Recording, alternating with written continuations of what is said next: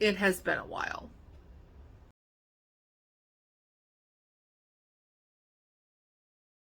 Hey everyone, it's Mary. Welcome back to my channel. And before we jump into today's video, I want to go ahead and apologize for the loud fan noise in the background. It may pop back up, it may pop back down, I don't know. This is my office / guest room. It's where I prefer to record due to lighting, functionality, space, all of that good stuff. But unfortunately, all year long, we have the air return in the background that makes a lot of noise. That's why this is not my bedroom, because I would never sleep. But anyway, that's another story for another day. So I apologize if the fan picks up and gets super loud. All right. So as you can tell from the title of this video, this is going to be kind of a 2-month wrap up and also an announcement about my channel taking a hiatus. So if you don't care about my spiel at the end about my channel and what's going on in my life, you don't have to stick around that long. I'm going to start off talking about the books I've read for July and August. And then at the very end, I will update you guys on everything that's been kind of going on in my life and why I am putting this channel on a pause for the indefinite future. So carry on. I will put timestamps at the bottom to help you out. So we'll go from there. All right. So let's start off with my wrap-ups for July and August. And if you're looking at this and you're like, honey, it is still August for a couple more days, you are correct. However, I can guarantee that I'm not going to finish another book between now and the end of the month. So I might as well get my wrap up out of the way because things are about to get crazy. We'll talk about that in a minute. So for the month of July and the month of August, I only read 8 books. That's it. That's it. My July TBR I did, totally out the window. Didn't read them. Didn't even get to them. Life has been absolutely nuts. And unfortunately, I've only averaged about 4 books a month. So, yeah, let's talk about what I read. All right, starting strong, the first book I read was Beautiful Nightmare by Giana Darling. This was the second book in her duet that she had about Bianca and Tiernan. I read the first book in the duet on my last update video. I think that was back in June, actually. And I read this one the very beginning of July just to finish off the duet. I ended up giving this one 3 stars. It's the same issue I had in the very first one. It's not that the story's not interesting. I like the story. But the whole time I was reading the book, I could not get past the fact that Bianca is 17. This is something that Giana Darling is known for. She's known for, like, the taboo romances. She writes, you know, situations that like in normal life would be frowned upon. And in this situation, it's a 17-year-old girl. And I know when I was 17, I thought I was grown. I definitely was not. And to see 17-year-old girls with guys who are significantly older than them is just icky and uncomfortable, especially since I have a niece who is turning 16 and I have 2 other nieces that are in that same like 16, my one niece is 19 kind of age range. Like, to me, you with a man who's like 30s or 40s, like my age, is icky. So I can't get behind it. I tried really hard, but it ruined the whole story. As far as like the plot goes, it's interesting. There was lots of twists and turns. I mean, she writes a great story, but I just couldn't. The next 2 books I read were finishing off the Breathless trilogy by Maya Banks. And the next one I read was Fever, which is book 2. And this is the story of Jace and Bethany. So if you remember, this book is kind of written around the same time period as 50 Shades of Grey. So it's like getting into like a little bit of BDSM and kinkiness, which I usually absolutely hate. But the one thing I will give to Maya Banks in this entire trilogy is that she gets you into the relationships between the people. Much better, like character building, relationship building. And even though like I totally skipped over all the weird kinky things that I just really would never get into in real life, I was able to enjoy the storyline. So keep that in mind if you're like me and you're very straight-laced on this stuff and like feel icky about BDSM. This is actually a series that was really easy to get into and I enjoyed. So Jace and Bethany meet at a... Ooh, are they at a wedding? I think they're at a wedding. Pretty sure at the wedding. Pretty sure it's a wedding. I think it's Gabe's wedding. Anyway, they're at a wedding and they meet Bethany, who's working as a server at the wedding, and he thinks that she's pretty and like has the hots for her. And Jace and Ash are known for threesomes. So basically they pick up girls, They do a threesome, they dump the girl, move on their way, but immediately Jace is like, there's something about this girl that I don't want to share her. And they have their one night stand with her, what he thinks is going to be a one night stand, but he like becomes super attached and like immediately catches feelings and finds out that she's homeless. So he kind of takes her in, and there's this whole story about like how she became homeless, and this guy was a foster brother who she thinks of as like a real brother, and like the twists and turns about that, because there's emotions between those two, and just all this kind of craziness about her not really knowing how she feels about the relationship with Jace at first, because she likes him a lot and has a lot likes him, thinks that she's gonna fall in love with him, and eventually does in the book, but she also is kind of like, why is a rich man who owns all these businesses interested in a homeless girl, and he's giving me all this money and all these things? Is he like buying me? Am I like a bought prostitute? Or does he actually love me for me, kind of thing? So I actually really like this book. I gave this one 4 stars. I mean, I would read this trilogy again, surprisingly, which I DNF'd Rush, which is the very first book, at first. And I'm so glad that I listened to Taji's video on this, or watched Taji's video on this, and gave this series a second try, because I really like it, and I'm glad I read it. So then the third book I read was, of course, the last book in the trilogy, which is Burn. So this is book number 3 in the trilogy, and this is, of course, the story of Ash.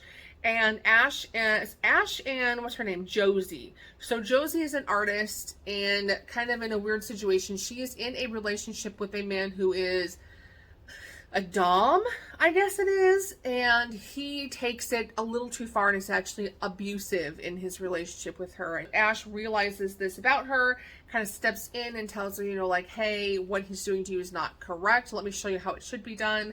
They fall in love. Their story to me was a little bit not as interesting as the first 2. I still liked it.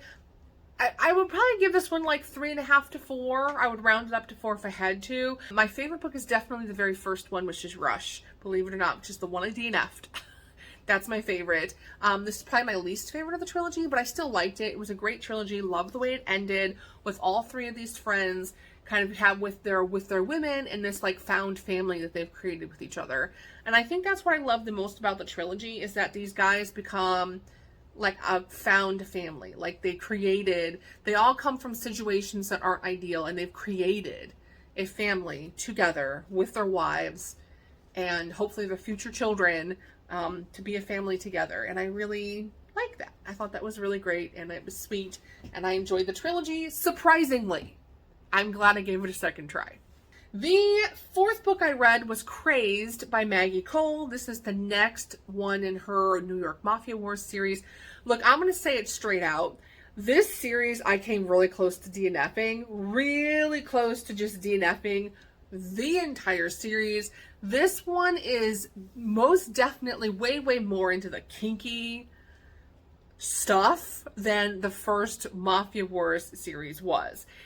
I was actually so kind of off-put by it in the first couple books in the series that I was like, I don't know that I can read this. But the problem is, I love these characters. We first meet them in the first Mafia Wars series. It's kind of a continuation of some plots that were brought up in that series. And I really want to see how things wrap up for the whole family. But there was a lot of skipping both in this book and in the next book in the series I read, because I am a vanilla. I'm a Christian woman, vanilla Christian woman. Like, I can't. And some of this really gets into like weird, like tie me to the bed, spank me and call me daddy. Like, no, I'm uncomfortable. I'm uncomfortable with it. Okay. But I still jumped on in, because I want to see how this series ends. There's one more book left, and after that, I'm like, I think I might need a breather, because it's just not my cup of tea. So this next one was Crazed, obviously, which I just mentioned. It is the story of, hold on, what are their names? Massimo and Katya. So Katya is, I think it's Katya. Pretty sure it's pronounced Katya. And she is working for the Abrazos? Don't know how you say it. It's like the rival organization, crime organization, against the family in this series. And the whole family is against him dating her because they think she has to be undercover, working for the opposite family. She's going to take you down. She's going to harm you. They immediately dislike her. She actually starts dating him under false pretenses because that's exactly what happened. They took her, basically enslaved her sexually into their organization and are running her life and have never set her free. And she is tasked with making him fall in love with her, learning the secrets, and then telling that to the Brezos, whatever their name is, to take the other family down, essentially is what she's doing. But she actually falls in love with Massimo. And so you see that she like doesn't want to hurt him because she loves him and whatnot. And so it's really a lot of twists and turns. In this book, it all comes to a head. Obviously, he finds out what really happened to her. She finds out what he knows. And at the end of the book, they all fall in love and everybody ends up together because, duh, it's a romance novel. But I really liked this book because it was more on the relationship side. I felt like the second book in this series was a little too much about like, let's tie each other to the bed, spank each other, and call me daddy kind of thing. This book was definitely more like romance heavy, which I really liked. And I love how it set up the next book in the series as well. So the next one, which was book number 5 for me, was Carnal by Maggie Cole. And this was a story of Tristano and Pina. And they actually were introduced to you as a couple in the previous book because it's Massimo and Katya that figure out that like these two are sleeping together. Like, well, that's weird. And then this is their story, which picks up right when the other story ends. So essentially, Pina works for Dante, who's the older brother, and has worked for him for years. And the whole family knows her and loves her. She's considered one of the family already, but she's not actually one of the family. She's just an employee of the family. And she's sort of been hands off with the brothers because she loves her job, she loves the family, and she knows that getting involved with one of them could possibly cost her job, and she loves her job. So she never crosses that line until one day, her and Tristano just cannot control themselves. They end up sleeping together. They're both into some kinky stuff, if you get my drift. But that relationship, which starts off as a very sexual relationship, very quickly turns into love. And they go through a lot of twists and turns with the whole, again, fight with this rival family that continues on from that previous book. Long story short, it ends up beautifully and, of course, sets up this last book. So I'll be anxious to see how she wraps up this sort of rivalry going on between the families.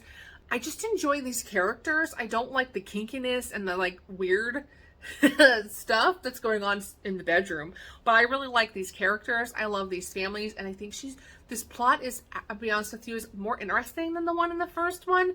I thought that the first series was more like, at least the first half of the first series was more relationship building and like people building, but this is more like action packed, if that makes sense. This is more of like a action packed series. I hope that made sense. I'm kind of talking on the fly here, so hopefully the way I explain that makes sense. But I love the action of it, but I also dislike the kinky bedroom antics. Okay. The next book I read was I finished The Authenticity Project by Clare Pooley. This was one that was a book club pick for my previous employer's book club. And I enjoyed it. This is not a book I would typically read, but I actually really enjoyed it. So basically, it revolves around this notebook that this woman, Monica, who owns a cafe, or coffee shop, whatever. She owns like a cafe / coffee shop type thing. And she finds this notebook that gets left behind on the table. And she knows it's from an older man named Julian who comes into there to get coffee and stuff every day. And she reads the notebook and sees this very personal note that he's basically reflecting on his life and wondering like how they can bring more positivity and stuff to the world. So then she writes an entry into the notebook, and then someone else finds the notebook and they write an entry into the notebook. And it's basically about this notebook, about all these people finding this notebook and passing this notebook around with the idea they want to be more authentic with each other, quit trying to pretend, be more honest about your feelings, and how this notebook brings this group of people together and they form relationship with each other, both in friendships and in romantic relationships. And spoiler alert, you know, the elderly man at the end does pass away. Spoiler, major spoiler. But in his passing and in the sharing of this notebook, he's brought all these lonely people together, which is just beautiful. I ended up giving this book 4 stars as well. Really loved it.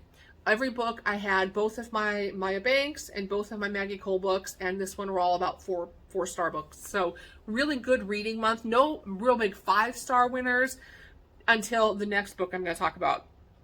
But definitely some really strong reads in the last couple of months, which was really nice. All right, book number 7 was Darius by J.R. Ward. This was a special book that was released via audiobook only, so it's not actually in print. And this is the book that all of us have been waiting for, because if you know anything about the Black Dagger Brotherhood, the series starts off with Darius going to Wrath and telling Wrath, I have a daughter who is getting ready to transition, and I'm worried about her, and I need someone to step in. You have the strongest blood of the species. Will you help her through her transition? And Wrath kind of shoots him down. Darius goes out to his car, and he gets killed in a car bomb. And that's how the story starts. And there is this whole twist with Darius that ends up going later on in that book, and the whole series, the readers know about the twist, and the characters in the story do not know about the twist. This book is kind of a 2-part book. It goes backwards, and it tells the story of how Darius met Beth's mother. And so it's the love story between Darius and Beth's mother. And then it talks about, very briefly, about how Darius watches over Beth her whole life growing up, talks about his passing very briefly, and then the very end of the book takes this like storyline that's been weaving through the Black Dagger Brotherhood and brings it to a close. And I will not tell you about how that works, because it will ruin things for people, other than to say that everybody has wondered for years how that worked. Like, how does that work? How does that even make sense? How will J.R. Ward ever wrap this up? And she does. And she does it beautifully. And I cried happy, happy tears at the end. And it was a beautiful ending that not only finishes a storyline, but also continues a storyline with the person who is still there. So, I loved it. I do hope she releases this in print. I'm not a huge audiobook fan. I like them, but I don't love them. And this is one that I want to have in print, because you gotta have this. You have to have this one in print. So when she releases it in print, I'm definitely buying it. And the very last book I read this month was The Alien's Prize by Zoey Draven. And this one I picked up on a whim. It was free on a BookBub email, and I was like, yeah, why not? Let's do something different. It was a shorter read, so I thought it'd be fun to read. You know what? I gotta be honest with you. It wasn't all that, like, fabulous. And what I mean by that is I gave it 3 stars. So, like, it wasn't a bad book, but it wasn't like a, oh my god, you have to read this kind of book. I'm not a huge fan of sci-fi anyway. I like it. I don't love it. And I feel like every alien romance I have ever read, ever entire life have read, ends up being like 2 things, right? They steal a human in some kind of like fight, kidnapping, whatever. Or it's like a weird mating ritual thing. This book falls under the kidnapping category. So she gets kidnapped from Earth to be sold off as a prize to these aliens that fight for human females because they don't have females. And they want to have sex and make babies. So like that's essentially what this was. It was good. It was interesting. It kept you entertained. You read, but I mean, it was the same stuff. Like, he's a weird color and he's got scales. You know what I mean? Like, it's the same sort of alien romance that you're used to reading. It's not really necessarily a new book, but it was well written and it kept me entertained. Would it be like a fun book to read when you just want a easy book to read that you don't have to put too much thought into? Absolutely. So I definitely recommend it. But was it a book that like I would buy, put on a shelf somewhere, polish it, love it, and read it 5 or 6 times? No. But Zoey Draven is actually really good at just writing good, entertaining alien romances. So I would check it out. 3 stars. All right. So those are all the books I've read. And so you're like, that's not very many books. You're right, it is not. In 2 months, I've barely read anything. Life is just crazy. And that's one of the reasons why excuse me for moving. That's one of the reasons why I'm actually going to be putting this channel on a hiatus for the indefinite future. You guys know, I mean, there's a million videos. I don't have to go back, look at my channel. I have been feeling a certain kind of way about this channel for the last 6 months to a year. I just, you know, BookTube, I love BookTube. I will forever watch BookTube videos. I love it. But like, it's very hard to kind of get your foot in the door in BookTube because there's so many of us. And I feel like the people who are the bigger booktubers, shall we say, have such a huge following that, you know, I don't know. It's kind of a two-part. Like, I feel like it's really hard to get past the hump in BookTube. You don't really grow much, right? It's hard to grow. It's hard to get new followers. It's just, it's difficult to compete. So I just stopped competing because, like, it doesn't do any good to compete. But not only that, but if you're going to have a BookTube channel, you have to read a lot. And I feel like the booktubers that actually are successful here on YouTube are the ones that can bust out like 20, 30 books a month. I used to be able to do that. I had free time. I didn't have a lot of like a whole lot of life things going on. And I had time to just like, I could get through a book a day or a book every 2 days. And I always would be like, I have a wrap up for you guys of like 16 to 22 books or something that I read for the month. But my life is so crazy right now that I don't have time to read very much.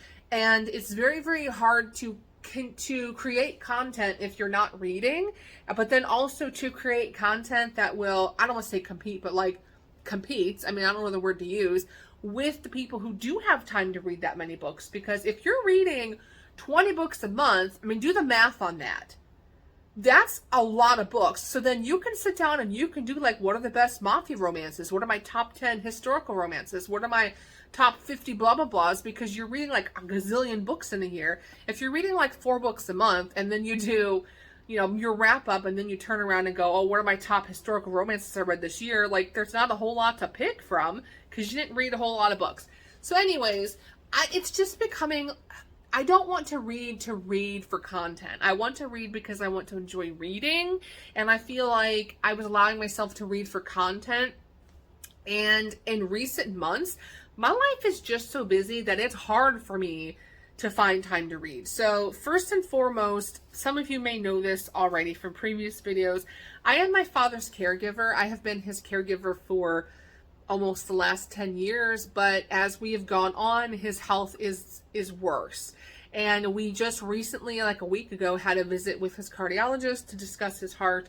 His ejection fraction right now is averaging 15%, and his heart is extremely weak. He's basically at the end of his congestive heart failure, which is a little bit scary. So essentially the doctor has told us that they don't have a timeline for my dad. It's soon. That's all we know. It's soon. Like he's going to pass soon. It could be tomorrow. It could be 6 months. It could be 2 years from now. But we know that his heart is at the end of its rope. And there's nothing else they can do surgically. If my dad were younger and in better health, he would be a candidate for a heart transplant. But he is in his 70s. He's at the beginning stages of dementia. And his health is terrible. So he's not a candidate for a heart transplant. And so the sicker he gets, the more responsibility I have, where he can't really do things for himself anymore, and I have to take on more responsibility for him. He no longer drives. He has trouble walking across the room to go to the bathroom. I mean, he is really at the end of his rope. So that's the first thing. You also know I got the puppy. So the puppy he's better the older he gets, but he is work. He does require care. I have started a new job where I'm an area director. So again, it's not taking over my whole life, but it's more responsibility. And my sister and me still have our podcast. We are still writing a book for the book project. And I started school today, to get my master's degree, my master's in business. So I have a lot on my plate, and I'll be honest with you, I don't sit down to read much. And when I do sit down to read, I fall asleep. I do. The other day I was like Saturday, I was like, I've got a couple hours. I'm gonna sit down and read a book. My dad comes in there and he's like, shakes me awake. He's like, are you gonna make dinner? Like, are you hungry? Because it was like 6 o'clock at night. I sat down at like 3:30 and slept on the couch, sitting straight up with a book in my lap for like 2.5 hours because I'm just exhausted. And I don't know how it's going to work with me going back to school and with everything else that's going on, but I'm trying my best. So I'm not going to have time to read. I've got so much on my plate that the last thing I need to do is worry about reading for content. And let's be honest, a lot of my reading I will be doing for the next few, about 18 months, because that's how long my program is going to be for school. So I'm putting this channel on a hiatus. That does not mean that I will not pop in every once in a while and just be like, here are the last 10 books I read, and just talk to you about them. But it's not going to be consistent. It will not be consistent at all. So that's where we're at. And I will say this. I know some of you guys follow me on my author stuff. My author stuff is not updated either. Again, don't have a lot of time for personal writing. I'm working on our book project and not on like my romance stories. But also, I started a weight loss channel, and I know I've talked about this like multiple times on this channel and then never follow through, but I actually did. So I will link it below. I have a channel called Fat Girl on a Diet, and it is my weight loss journey. So if you want to follow me there, that will still be updated weekly. And the reason that will be updated weekly is because I don't have to read books for that. I'm just sitting down and I'm a talking head. So like, it's going to be updated weekly. And then you can also follow me on my TikToks. You can follow me. I don't really post to Instagram, but you can follow me on my TikToks. I've got 3 TikToks. I've got my Lavern. I've got my personal one, which is mostly dog videos. And then I've got this new Fat Girl on a Diet one that I started. So all of those will be linked below if you still want to follow me. And I will, again, I'm not saying I'm closing my channel. Not closing the channel. But it's not going to be consistently updated. So I'm calling it a hiatus with occasional pop-up videos. But I love everyone else on BookTube. I will still be watching your videos because I love you. And I still take recommendations. And I will try my best to comment. I'm terrible at commenting. I try to at least go through and thumbs up you. So if you're wondering, I do watch. I just don't comment much. Okay, that's where I'm at. So I love all of you guys. I hope everyone is doing well. Leave me a comment. Let me know how you're doing. Let me know where I can follow you if you're not on YouTube. And hopefully we'll see each other again. Okay, bye guys.